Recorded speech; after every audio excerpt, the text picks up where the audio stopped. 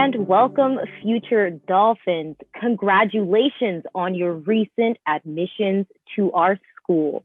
My name is Xavier, and I'm a fourth year student here at CSU Channel Islands. Today, we'll be highlighting history, and today here with us, we have Dr. Frank Barajas with the History Department at CSU Channel Islands. Hello, Dr. Barajas, how are you? Oh, fine, thank you, and you?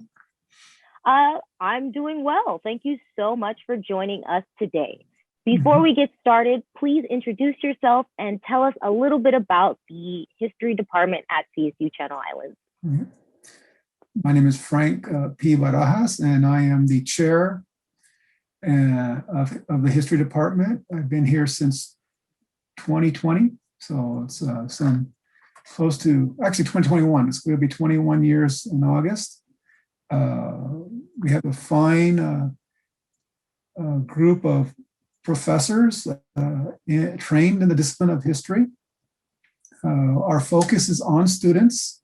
Everything we do is to advance students to realize whatever goals and dreams they wish to accomplish here and after they leave us. So, and we have many minors that we are affiliated with, and I look forward to talking to you about those.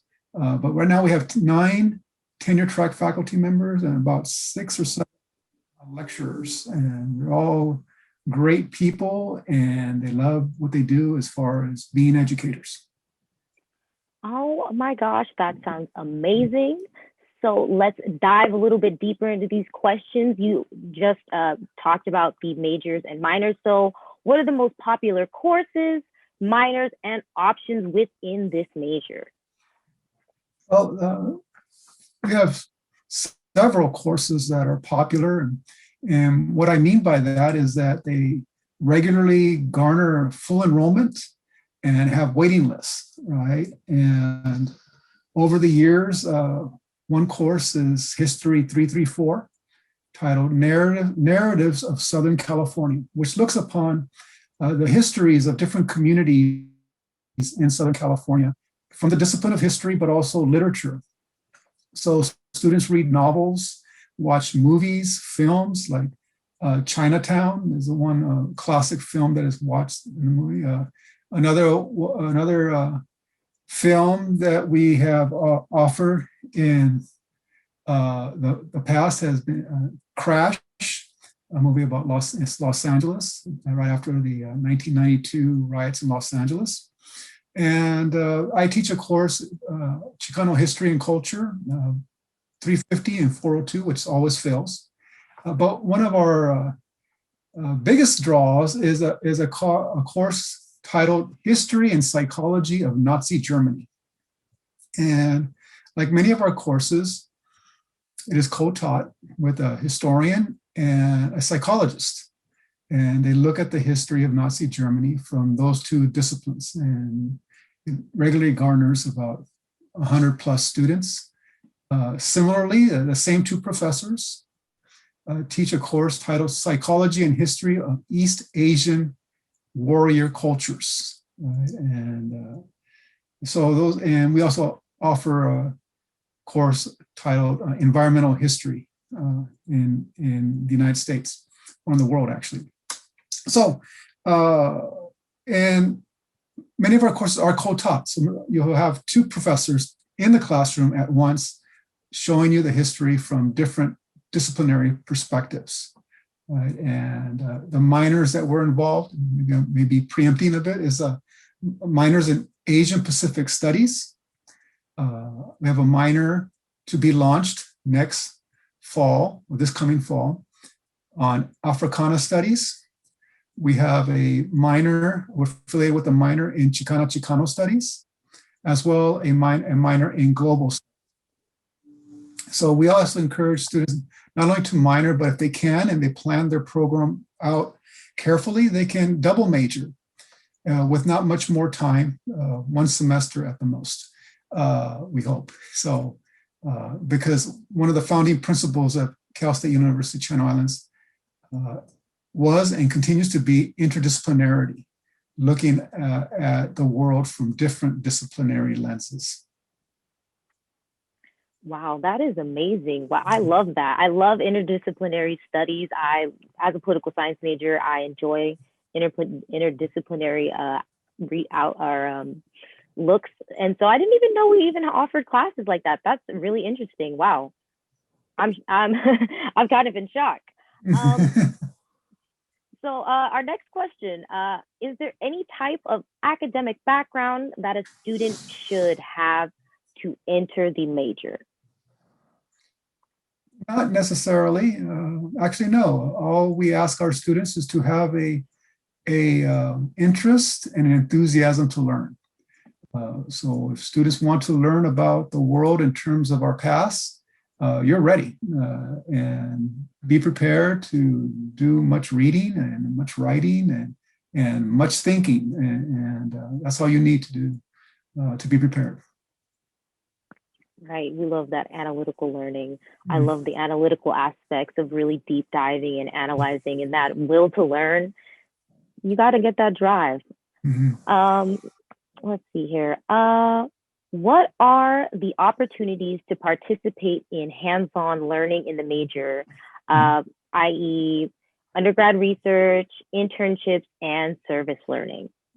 Yes, we have undergraduate research that takes place throughout the campus, and we have faculty members that participate in that regularly. And we also encourage students to conclude their program with an internship in a local library or museum or nonprofit that exists that has history-related work. And if not that, another way students can really become hands-on in terms of their education is the Capstone, which allows them to research and write on the topic of their choosing with the close supervision and guidance of the professor who is in charge of that class at the time. And so those are just three different ways in which students can not only learn history, but practice history closely with professors who want to encourage students to go on into graduate school, whether it be in history or some other discipline. Right. Awesome. Let's see here. Also, a kind of a side question to that. Is there opportunities for students who are history majors to go into the study abroad program? Yes, the history department fully supports students going to other places around the world to take classes that are accepted by the CSU as credit earning. So we just ask that students plan their program before they leave with the chair of the department. At this moment, it is me, and I will sit down with them and look at the program of the country of their choice and see what classes can be accepted in terms of their similarity to our curriculum. So we believe fully in international studies, and because traveling in and of itself is an education, right? So we fully support that. Awesome. Good to know, because we love to encourage studying abroad. Go as many places as you possibly can. I'm a strong believer in that. Now I'm going to talk a little bit about after graduation. So what types of jobs do graduates, seek upon graduation? Mm-hmm. Good question. And it's one that us in the history department are often asked.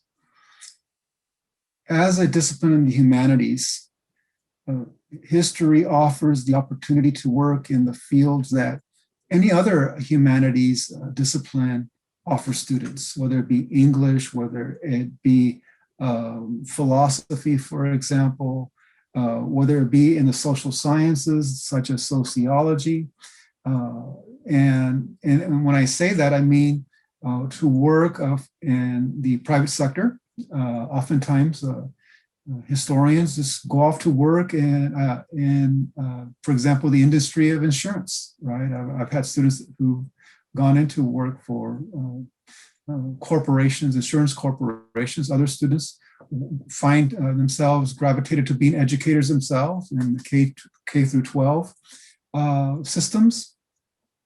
Others are interested in working and have worked in the community colleges and are going after getting their PhDs, their doctorate programs, and working for federal agencies. We have one student who worked for the National Archives, who did an internship at the Ronald Reagan Library in Simi Valley, which is about 20 minutes from Cal State Channel Islands, completed the internship, went on to get his master's degree at the neighboring Cal State University, Northridge, and from there applied to the National Archives and now works in Chicago, right? And so that's one example. Others have worked for local museums, the Ventura County Museum, and it's just the opportunities are just endless as far as what you want to do, because employers want three basic things. They want students to be able to be critical thinkers, problem solve on their own,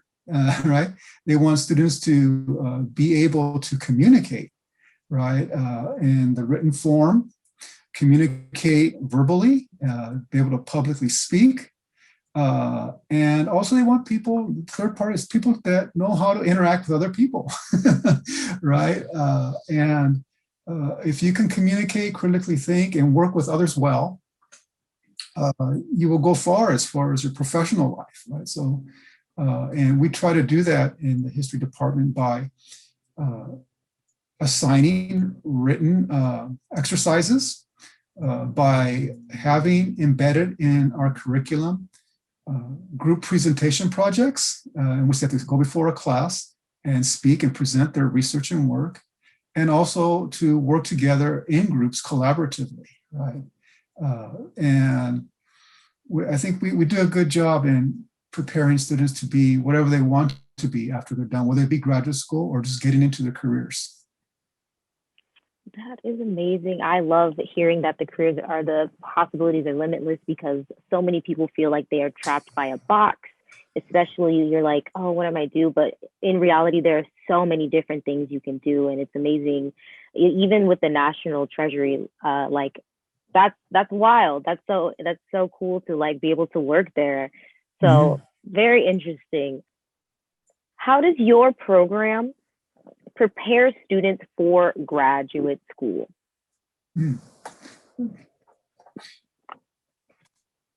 The history department at Cal State Channel Islands believes in following the conventions of the discipline of history in regards to the formatting of their papers, how to research their topics, what database sites to look at, by critically analyzing how books and journal articles are created and presented, with the idea that many of them will want to become historians, right? And we do this by having written assignments in our courses, and particularly at the end of the program for history majors in the Capstone and Internship. And all the professors in the history department are accomplished historians. And when I say that, I mean they have created historical works, journal articles and books, and attend professional conferences in history, are networked with other historians, and not only in comprehensive universities like California State University, Channel Islands, but also universities that are considered to be research-oriented and have master's and PhD programs.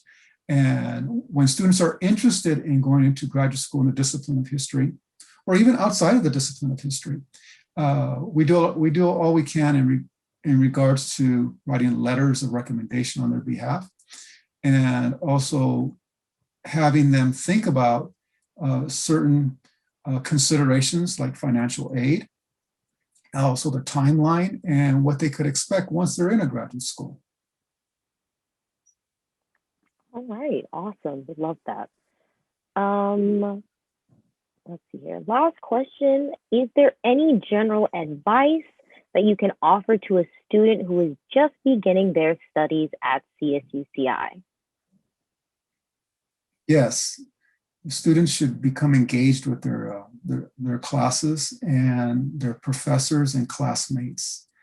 Ask questions, visit your professors during their office hours, whether it be live, one-to-one, or virtually by way of whatever platform that exists at the time, right? And the more you're able to consult with your professors and also librarians and fellow students, the more successful you will be, and you'll be given tips and advice on how to, succeed and move through your program efficiently. So that's the big advice: is consult with your professors and classmates and others, and follow directions. Oftentimes students work against themselves, right? They work against themselves by not following the directions of their professors, whether they be directions in the classroom or written directions in the Canvas module that the university uses in terms of instruction sheets and announcements and due dates. If students can follow directions, they'll go a long way to being successful, because the directions are similar in regards to when they go out to their careers. Their employers are going to expect them that they can follow directions without being constantly supervised, right? And once they are actualizing directions, if they come across problems, can they problem solve, right? Can they figure things out for themselves, right? That's the part of being a thinker, and also thinking analytically, right? Is to figure out things on your own. And but those would be the major areas of consideration for students to think about to be successful and move on to bigger and better things. All right. I do have one additional question. Just quick, are there any clubs for students to join that are specific to the history major? Yes. We have the History Club that is active at Cal State Channel Islands. And new students who are entering the program will get an invitation. And we also have an honor society, Phi Alpha Theta. Phi Alpha Theta is an honor society for history majors, and we encourage students to become involved and once they are eligible and become members. So we have clubs, and there are other clubs that exist on campus outside of history that students can be a part of. And the more students are engaged in activities and programming of the university, the more that they're going to be successful, right? Because they're grounded in the university. And if you're on campus, most likely good things happen on campus, like you'll study in the library, right? But if you're off campus, there's a tendency for students to be distracted by other things in life that may not reinforce what they're committed to in the classroom. All right, I like that. That is some very sound logic. Actually, wow, I really like that. So that is the end of my questions. Thank you so much, Dr. Barajas. Students, if you have any more questions about the history program, please visit go.csuci.edu/academics. Bye, and we hope to see you in the fall. Bye-bye.